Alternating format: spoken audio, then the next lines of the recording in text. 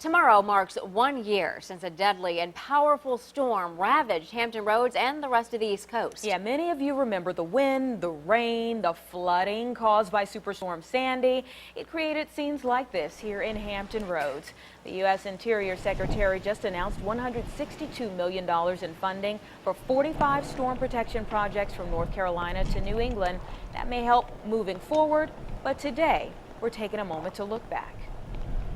Sandy forced the shutdown of mass transit, schools, and even financial markets. It sent coastal residents fleeing for higher ground as this dangerous mix of high winds, soaking rain, and a surging wall of water plagued one area after another. Some of you endured this flooding, especially at high tide along the peninsula. In Kill Devil's Hills, North Carolina, our crews found structural damage to the pier and missing railings. There were also 2 breaches in the pier.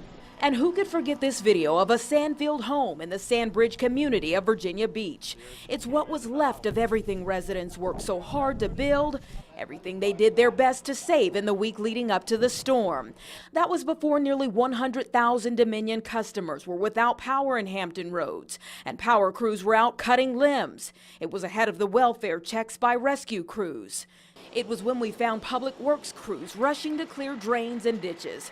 They feared leaves could create clogging and make flooding worse than usual. But even with that help, once the storm raged, it was blamed for dozens of deaths along the coast. And as President Obama declared an emergency for Virginia, among the many other states in need, we knew then that the superstorm would have lasting effects.